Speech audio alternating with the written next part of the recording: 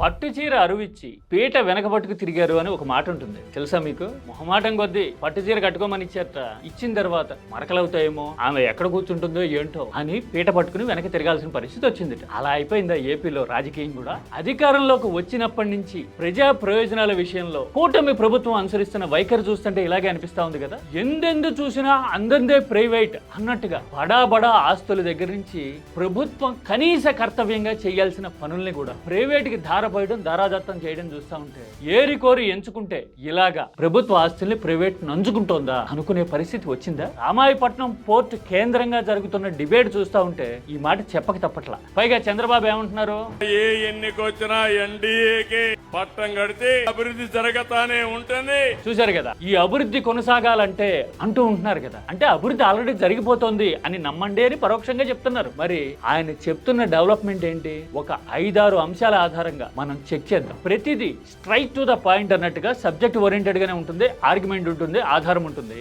రాష్ట్రం మీద, రాష్ట్ర భవిష్యత్తు మీద, జనం ప్రయోజనాల మీద అక్కర, ప్రేమ, అవగాహన ఉన్నవాళ్ళు మాత్రమే చూడండి. మీరు వైసీపీని అభిమానించే వాళ్ళైనా, టీడీపీని అభిమానించే వాళ్ళైనా జెండాలు ఎజెండాలు భుజాన వేసుకుని ఆ బరువుతో డసిపోయిన వాళ్ళు చూడకండి ఈ వీడియో. ఎందుకంటే ఇది ప్రజా ప్రయోజనాల కోసం, రాష్ట్ర భవిష్యత్తు కోసం చేస్తున్నారు. అందుకోసం పొలిటికల్ ఆర్గ్యుమెంట్లు చేయాలి అనుకునే వాళ్ళు కాదు, అవగాహన ఉన్న వాళ్ళు మాత్రమే చూడాలి అని నేను డిస్క్లైమర్ అనుకోండి చెప్పేస్తున్నా. ఆ తర్వాత మీడియా ఎలాంటి పాత్ర పోషిస్తా ఉంది అనేది కొన్ని కాంటెంపరీ ఎగ్జాంపుల్స్ తీసుకొచ్చి మీ ముందు పెడతా. మీరు జడ్జి చేయండి, చెప్పండి, మాట్లాడుకుందాం. ఎందుకంటే ఇది మనకి సంబంధించిన విషయం మాత్రమే కాదు, మన భవిష్యత్తు తరాలకు సంబంధించిన విషయం కూడా. ప్రతిదీ అమ్ముకుంటూనో ప్రైవేటైజ్ చేసుకుంటూనో పోతే అసలు ప్రభుత్వ ఆస్తులు అనేవి నిలబడతాయా, మిగులుతాయా? ప్రభుత్వానికి ఆస్తులు, శక్తి సామర్థ్యాలు లేకపోతే ప్రజల ప్రయోజనాలు కాపాడేది ఎవరు, దిక్కెవరు? ఈ ప్రశ్నకి సమాధానం కావాలి కదా. అందుకే ఈ డిబేట్ వెరీ ఇంపార్టెంట్.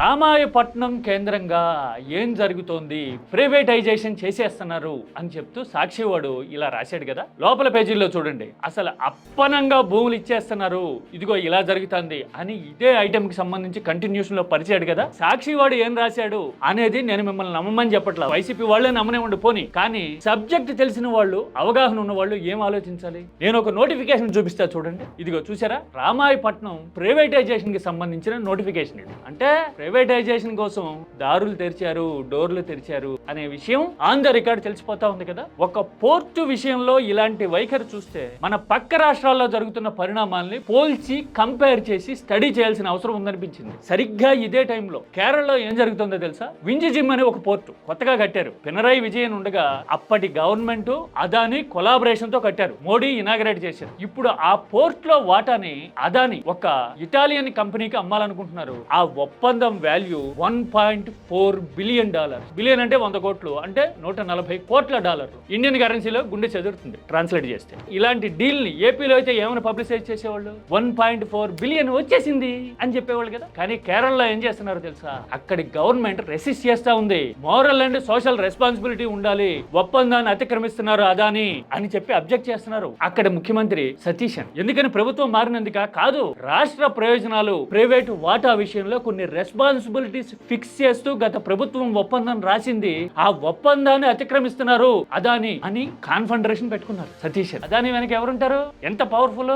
అమెరికాలో కూడా కేసులు మాఫీ అయిపోతున్న రోజులు కదా ఇవి అదాని మీద. మరి అలాంటి టైంలో అదానితో కాన్ఫెడరేషన్ పెట్టుకున్నారు అంటే రాష్ట్ర ప్రయోజనాల విషయంలో ఎంత గట్టిగా నిలబడుతున్నట్టు అర్థం చేసుకోవాలి. మరి మన దగ్గర ఏంటి? ప్రైవేట్ వస్తే పరమానందం, భజగోవిందం అంటున్నాం. రామాయపట్నం ఒక ఎగ్జాంపుల్ మాత్రమే, ఇంకా చాలా ఉన్నాయి. నేను చిట్టా చెప్తా 1 by 1. ఇవాళ రేపట్లో ఆర్టీసీ ప్రైవేటైజేషన్ గురించి చర్చ జరుగుతా ఉంది. కార్మిక సంఘాల్లో భయాందోళనలు ఉన్నాయి. సామాన్యులకు మాత్రం ఏపీలో అర్థం కావట్లేదు. ఆ ఆర్టీసీని ప్రైవేట్ తీసుకెళ్తే మనకేంటి అని చదువుకున్న వాళ్ళు, అవగాహన ఉన్న వాళ్ళు అనుకుంటా ఉంటే, టీడీపీని సమర్థించే వాళ్ళేమో ఆయన ఏం చేసినా గానీ భవిష్యత్తు నిర్మాణం కోసమే, సంపద సృష్టి కోసమే అని 100% స్టాంప్ గుద్దుకున్నట్టుగా కూర్చుంటున్నారు. ఇక మిగతా వాళ్ళు ఎవరు మాట్లాడినా గానీ వాళ్ళు రాజకీయ ప్రత్యర్థుల కోటాలోకి దుష్ప్రచారం చేసేస్తున్నారు అనే విభాగంలోకి జాయిన్ అయిపోతా ఉన్నారు. ఇదిగో చూడండి, కార్మిక సంఘాలు ఇలాగా నిరసన చెప్తా ఉన్నాయి. ఇంకో పక్కన ఆర్టీసీ స్థలాలని ప్రైవేట్కి ఇచ్చేసేందుకు ప్రభుత్వం రంగం సిద్ధం చేస్తా ఉంది. ఇదిగో ఇలా ఇంగ్లీష్ డైలీస్ రాస్తా ఉన్నాయి. అదేంటి ప్రైవేట్ పరం చేస్తున్నారు అంటే ఓపెన్ బిడ్డింగే పెడతాం కదా అంటున్నారు. ఇవాళ రేపట్లో రాజకీయం, ప్రైవేట్ వ్యాపారం ఎలాంటి స్టాండ్స్ లో ఉన్నాయి, ఎలా ట్రావెల్ చేస్తున్నాయి అనే విషయం పబ్లిక్ అర్థం కదా. ఒక ప్రభుత్వం ఓపెన్ యాక్షన్ కి వెళ్ళాము అని టెక్నికల్ గా చెప్తూ ఉండొచ్చు, కానీ ఎవరు ప్రయోజనం పొందుతారు, ఎలాంటి ప్రైవేట్ వ్యక్తులు ప్రయోజనం పొందుతారు? ప్రభుత్వ కార్పొరేషన్ పరిధిలో, ఆర్టీసీ పరిధిలో ఉండే స్థలాల విషయంలో లాజికల్ గా ఆలోచిస్తే వాస్తవం అర్థమవుతుందా కదా? అంటే రామాయపట్నం అయినా వేల కోట్ల విలువ చేసే స్థలాలు, ఆస్తులు ఉన్న ఆర్టీసీ విషయంలో అయినా ప్రైవేటే కనపడతా ఉంది కదా. ఇక మెడికల్ కాలేజీల విషయం అయితే ఆల్రెడీ చూసాం. మనం వేల కోట్లు పోసి లక్షల కోట్లైనా వెనక్కి తగ్గమని చెప్పి రెండో విడత భూ సమీకరణ కూడా చేసి రాజధాని కడతాము అని చెప్తాము. అసలు దేశంలో వస్తున్న ప్రతి రూపాయి పెట్టుబడిలో 25 పైసలు ఏపీలోనే వస్తుంది అని చెప్తాము. సంపద సృష్టి జరిగిపోతుంది అని చెప్తాము. కానీ ఒక్కొక్క ప్రైవేట్ మెడికల్ కాలేజీ కట్టడానికి 500 కోట్లు లేవు మన దగ్గర. 10 మెడికల్ కాలేజీలు కట్టాలి. ఇక 15లో 5 కట్టారు జగన్ హయాంలో. 10 కట్టాలి అంటే 10 × 500, 5,000 కోట్లు లేవు మన దగ్గర అని ప్రైవేట్ కి అప్పగిస్తున్నాం కదా. Strong economy. మరి అంతోటి సంపద కుప్పలు తెప్పలుగా మేట వేస్తున్నప్పుడు 5,000 కోట్లు ఎందుకు లేవండి? అంటే జనానికి విచక్షణ లేదు, క్వశ్చన్ చేయలేరు అనే ఉద్దేశం, లేదంటే అధికారంలో ఉన్నప్పుడు ఏం చేసినా చెల్లుబాటు అవుతుంది అనుకుంటున్నామా? నేను ఇంతకు ముందు కీటాక్స్ లో కూడా చెప్పా, పీపీపీనా ఇంకోట ముద్దు పేరు ఏదైనా పెట్టండి, ప్రైవేటైజ్ చేయటం అనేది ఎలాంటి ప్రభావం చూపిస్తుంది అనడానికి మెడికల్ కాలేజీల విషయంలో సుప్రీంకోర్టు రూలింగ్ ఒక బెంచ్ మార్క్. ఆలోచన గల వాళ్ళు, తెలివి ఉన్న వాళ్ళు తెలుసుకుని తీరాలి. మళ్ళీ చూపిస్తున్నా చూడండి. ప్రైవేట్ మెడికల్ కాలేజీల్లో ఫీ ఇంతే ఉండాలి అని క్యాప్ పెట్టలేము అని తేల్చి చెప్పేసింది. పైగా ఏ డాక్టర్లు వద్దా నీకు అని అడిగింది పిటిషన్ వేసిన ఆయన్ని. ఆయన ఎవరో ఎకనామికల్లీ బ్యాక్వర్డ్ క్లాస్, నాలాగా అంత ఖర్చు పెట్టలేము వైద్య విద్య కోసం, ఆదుకోండి అని సుప్రీంకి వెళ్తే సుప్రీమే అలా చెప్పిన పరిస్థితి ఉన్నప్పుడు మరి ప్రైవేట్కి ఇచ్చేస్తే పేదలు వైద్య విద్య చదవగలుగుతారండి? ఒకవేళ ఫీజులు ఎక్కువైపోయినాయి అని కోర్టుకి వెళ్ళినా కానీ న్యాయం జరిగే పరిస్థితి ఉంటుందా సుప్రీం అలా చెప్పిన తర్వాత? మరి ప్రభుత్వం మినిమం రెస్పాన్సిబిలిటీ కదా. మరి అలాంటి విషయాల్లో కూడా ప్రైవేటైజ్ చేస్తూ మనమేంటి డెవలప్మెంట్ చేస్తున్నామని చెప్తున్నాం. ఇది మూడోది. ఇక నాలుగోది, టూరిజం లాంటి విషయాల్లో ఈ మధ్యన ధోరణులు చూస్తుంటే చాలా ఆశ్చర్యం, షాక్ కలుగుతా ఉంది కదా. బీచ్ షాక్స్ విషయంలో ఏమన్నారో ఒకసారి చూపిస్తే చూడండి. సార్ చాలా క్లియర్ గా చెప్పారు. ఇట్స్ పైలట్, ఒక ప్రయోగం చేస్తున్నాం. కూల్ డ్రింక్ కన్జంప్షన్ కన్నా బీర్ తక్కువ క్యాలరీస్ ఉన్నాయి. టూరిజం డెవలప్ చేయాలి. బీచ్ షాక్స్ మీరు సపోర్ట్ చేస్తున్నారు అంటే లైక్ చేయండి, కామెంట్ చేయండి అని అడిగాం. 5-10 లక్షల మంది లైక్ చేశారు. అంటే దాని అర్థం ఏంటి? ఇది మాకు కావాలి. శాంపిల్ గా చూస్తున్నాం, పైలట్ గా చూస్తున్నాను కొందరు అన్నారు. అసలు బీర్లు తాగితేనే ఆరోగ్యం అని ఇంకొందరు చెప్తా ఉన్నారు. టూరిజం డెవలప్ అవ్వాలంటే ఇలాంటి ఉండాలి అని చెప్తూ ఉన్నాం కదా. డెవలప్మెంట్ అంటే ఇదేనా? నేను దీని మీద ఫుల్ వీడియో కూడా చేశా. కేరళలో బ్రహ్మాండంగా టూరిజం డెవలప్ అయింది. మరి అక్కడ మద్యం మీద నియంత్రణ ఉంది. పెక్యులర్ గా ఒక బ్రాండ్ కావాలి అంటే కనీసం 30 కిలోమీటర్లు ట్రావెల్ చేయాల్సినంత రిస్ట్రిక్షన్ ఉంటుంది కేరళలో. మరి మందు దొరక్కపోయినా గానీ ఎలాగ డెవలప్ అయింది కేరళ టూరిజం? అగైన్ ఇక్కడ కూడా టూరిజం డెవలప్మెంట్ పేరుతో భవానీ ఐలాండ్ లాంటివి పీపీపీ అగైన్ ప్రైవేట్ కి అప్పగించడం అనేవి కనపడతా ఉంది కదా. ఇదిగో చూడండి, హిందూ లాంటి పేపర్లు రాసిన విషయం చదువుకున్న వాళ్ళకి, ఆలోచన గల వాళ్ళకి తెలుసు కదా. అంటే ఇక్కడ కూడా విలువైన స్థలాలు. భవానీ ఐలాండ్ చూస్తే ఎంత ప్రత్యేకమో అర్థమవుతుంది కదా తెలిసిన వాళ్ళకి. అలాంటి ప్రత్యేకమైన స్థలాలు కూడా ఇప్పుడు ప్రైవేట్ కి పోతున్నాయి అంటే డెవలప్మెంట్ అంటే ఇలాగే ఉంటుందా? ఇది నాలుగోది. పెట్టుబడులు వచ్చేస్తున్నాయి. అసలు బ్రాండ్ ఏపీ అని ఈ మధ్యన టీడీపీ అనుకూల మీడియా ఇదిగో ఇలా రాయడాన్ని చూపించా కదా నేను. ఏం చెప్తున్నామో అసలు బ్రహ్మాండంగా డెవలప్ అయిపోతుంది, ఎంఓయూలు కుదిరితేనే పెట్టుబడులు వచ్చేసినట్టుగా, గ్రౌండ్ అయిపోయినట్టుగా ప్రచారం చేస్తా ఉన్నాం కదా. ఎదుటి వాళ్ళని మెసల్ని ఇవ్వడం లేదు కదా. మరి ఈ పెట్టుబడుల విషయంలో అసలు ప్రయోజనం ఎంత ఉంది అనేది చెప్పడానికి ఒక example Google data centre. Google data centre వచ్చింది. ఆ డేటా సెంటర్ కి ఇదిగో అఫీషియల్ గా ఇంతోటి మినహాయింపులు ఇస్తే ఎన్ని ఉద్యోగాలు వస్తాయి డేటా సెంటర్ తో అని చెప్పగలుగుతున్నామండి? ఏఐ డేటా సెంటర్ అంటే ఏఐ ఇంటర్వెన్షన్ తో పనిచేస్తుంది. ఎన్ని ఉద్యోగాలు వస్తాయి? కొన్ని 100లో, లేదంటే 1000-2000 అంతేనా? అంతకంటే ఎక్కువ వచ్చే అవకాశం ఉంటుందా? పైపెచ్చు నీరు కరెంటు వాడకం మీద, పర్యావరణం మీద ఎంత ప్రభావం పడుతుంది? మరి ఇంతే ప్రయోజనం ఉన్నదానికి మరి అన్ని వేల కోట్ల ఇన్సెంటివ్స్ ఎందుకు ఇచ్చాము? మన పక్కన రాష్ట్రాలు కూడా ఇదే విషయాన్ని ప్రస్తావిస్తే what they will not tell you is that they are giving 22,000 crores incentives. వాళ్ళు కడుపు మంట కుళ్ళుకుని అట్లా మాట్లాడుతున్నారు అని కొట్టిపారేసి పొలిటికల్ గా పోక్ చేసి మనని సమర్థించే వాళ్ళ ఈగోని తట్టి లేపేసి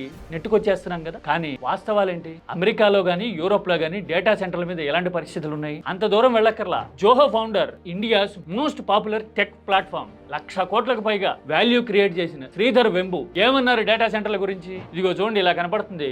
ఇంట్రెస్ట్ ఉన్న వాళ్ళైతే ట్విట్టర్ లో Sridhar Vembu on data centres అని కొట్టి చూడండి. ఆయనకి ఎవరి మీద ద్వేషం ఉండదు కదా. ఆయనకి ఏ రాజకీయ ఎజెండాలు ఉండవు కదా. ఆయన ఎందుకు చెప్తున్నాడు? ఆయన టెక్ సావినే కదా, జోహో ఫౌండర్ కదా. ఎందుకు మాట్లాడుతున్నాడు అంటే 5 ఏళ్ల తర్వాత ఎలాంటి పరిస్థితులు వస్తాయో తెలుసా అని అడుగుతున్నాడు చేస్తున్నాడు అంటే మనం అలాంటి సిచ్యువేషన్స్ ని కూడా ఖాతరు చేయకుండా ఇన్ని వేల కోట్ల ఇన్సెంటివ్స్ ఇచ్చి అది డెవలప్మెంట్ అని చెప్తున్నాము. ఎందుకు అంటే గూగుల్ అనే బ్రాండ్ తో ప్రచారం చేసుకోవచ్చు, గూగుల్ తెచ్చాము అనే ఉద్దేశమేనా? అంతకు మించి ఏమైనా కారణం ఉందా? అది ఎవరి హయాంలో ఒప్పందం కుదిరింది? అదాని డేటా సెంటరా, ఇంకోటా? ఇప్పుడు ఆర్గ్యుమెంట్ గోతులోకి దిగొద్దు. ఇక్కడ మాట్లాడుతున్నది ఏది డెవలప్మెంట్? ప్రభుత్వం రాష్ట్ర ఆస్తుల్ని, ప్రయోజనాల్ని ఎంతవరకు ప్రొటెక్ట్ చేస్తా ఉంది అనేది పాయింట్. పైగా ఇన్వెస్ట్మెంట్ మీద ఇందాక బ్రాండ్ ఏపీ అనే క్లిప్పింగ్ చూపించా కదా, అలాగా ఇన్వెస్ట్మెంట్ సమిట్లు పెట్టి రాజకీయాలు నడపడం అనేది ఏపీలో రివాజ్ గా ఒక ప్రెసిడెంట్ గా మారిపోయింది కదా. మనం చేస్తున్న ఇన్వెస్ట్మెంట్ ప్రచారాలే నిజమైతే గనుక ఒక సింపుల్ అండ్ స్ట్రైట్ క్వశ్చన్ అండి. 2017లో వైజాగ్ లో ఇన్వెస్ట్మెంట్ సమిట్ పెట్టి ఊరు వాడ టమకేసాం, చాటింపేశాం కదా, 10 లక్షల కోట్లు తెచ్చాము అని. ఆ 10 లక్షల కోట్లలో కనీసం 10వ వంతు 1,00,000 కోట్ల పెట్టుబడులు ఎక్కడ ల్యాండ్ అయినాయి చూపించండి. 2017 సమిట్, అది డేట్ ఉంది ఇక్కడ. ఈ ప్రకటన చాలా మందికి గుర్తుంది. ఆ తర్వాత 2 ఏళ్ళు ఉంది కదా గవర్నమెంట్ అధికారము, టీడీపీ. ఎక్కడొచ్చినాయి పెట్టుబడులు? మరి 1,00,000 కోట్లలో 10వ వంతు కూడా ల్యాండ్ అయితే గనక చూపించండి. కాలేదు అంటే గనక మరి కనీసం 10% కూడా ల్యాండ్ కానీ రికార్డు అందుకున్నప్పుడు, పైగా ప్రకాశం జిల్లాలో ఏషియా పల్ప్ అని చెప్పాము, కర్నూలులో స్టీల్ ప్లాంట్ అని చెప్పాము, ఇలాంటి ప్రచారాలన్నీ చేసి ఇప్పుడు మళ్ళీ అదే రకమైన వ్యూహాన్ని తెర మీదకి తీసుకొచ్చి పెట్టుబడులు వస్తున్నాయి అంటే నమ్మగలుగుతామా? ట్రాక్ రికార్డ్ సజెస్టబుల్ గా ఉందా? పైగా ప్రత్యర్థుల అధికారంలో ఉన్నప్పుడు ఇన్వెస్ట్మెంట్ సమిట్ల మీద ఎలాంటి విమర్శలు చేశాము? ఇదిగోండి చూడండి. ఇలాగా అంటే ఎదుటోళ్ళు చెబితే నమ్మద్దు, మనం చెబితే మాత్రం మీడియా బలం ఉంది కాబట్టి నమ్మాలనే ఇలాంటి వ్యూహం ఉద్దేశం. నేను వాళ్ళనో వీళ్ళనో సపోర్ట్ చేయడానికి చెప్పట్లా ఈ మాట. ఏపీ వాస్తవాలు తెలుసుకోవాలి, తెలివి ఉన్న వాళ్ళు నిజాలు తెలుసుకోవాలి, పొలిటికల్ గా ఆర్గ్యూ చేస్తున్న వాళ్ళ సబ్స్టెన్స్ ఎంతో జనం తెలుసుకోవాలి అనే ఉద్దేశంతో చెప్తున్నా. మరి వాస్తవాలు ఇలా ఉంటే ప్రతిదీ ప్రైవేటైజ్ అవుతా ఉంది. నేను 5-6 ఉదాహరణలు చెప్పా. ఇంకో పక్కనేమో రాష్ట్ర ప్రయోజనాల్ని ఇన్సెంటివ్స్ రూపంలోనో మరో రూపంలోనో పణంగా పెట్టిన పరిస్థితి ఉంది. మీడియానేమో ఎంఓయూలు కుదిరితేనే బ్రాండ్ బ్రహ్మాండంగా వర్ధిల్లుతాంది అని రాస్తా ఉంది. నాయకత్వం చూడబోతేనేమో ఏ ఎన్నికొచ్చినా ఎన్డీఏకి పట్టం కడితే శాశ్వతంగా అభివృద్ధి జరగతానే ఉంటుంది. చూశారు కదా, ఇదే అభివృద్ధి కంటిన్యూ కావాలంటే అని చెప్తున్నా. అంటే ఆల్రెడీ జరుగుతుంది అని నమ్మండి మీరు అని చెప్పటం. మరి ఇలాంటి ప్రచారాలు ఎలా అర్థం చేసుకోవాలి? మీడియా పాత్ర ఎంత భీకరంగా ఉంది అని చెప్పడానికి నేను ఒక ఎగ్జాంపుల్ చూపిస్తా. ఆ మీడియాకి నచ్చని వాళ్ళు అధికారంలో ఉంటే గనక ఇదిగో తీరంలో చీలిక అని చెప్తారు. ఈ ఎగ్జాంపుల్ ఇంతకు ముందు కూడా చెప్పాను, నేను మరోసారి చెప్తున్నా. మర్చిపోతాం కదా మనం, మరుపు మన సహజ లక్షణం కదా. అందుకని విశాఖలో భారీ భవంతులేవో కడుతున్నారు, అక్కడి నుంచి పరిపాలన చేస్తారేమో అని. అసలు విశాఖ తీరం మీదే ఇదిగో ఇలాంటి ప్రచారం చేశాం కదా. మరి విశాఖ తీరం మీద ఇప్పుడు ఎలా రాస్తున్నామో మనకి నచ్చిన వాళ్ళు అధికారంలో ఉంటే చూడండి. అసలు పెట్టుబడుల తీరం ఖనిజాలకు నిలయంట. విశాఖకి తీరం 2024 తర్వాత వచ్చిందా? పోనీ 2024 తర్వాత ఈ ఖనిజాలు ఏర్పడ్డాయా? పోనీ పెట్టుబడులు రావడం ఇప్పుడు కొత్తగా మొదలైందా? అంటే మీడియా వాస్తవాల్ని వంచి జనం విచక్షణని తుంచి పారేస్తా ఉంది. అందుకోసమే అసలు ఏది డెవలప్మెంట్, ఏది క్యాంపెయిన్, ఏది రాజకీయం అని అడిగితే మీరైతే ఏం చెప్తారు? కామెంట్ సబ్జెక్ట్ ఓరియంటెడ్గా చేయండి.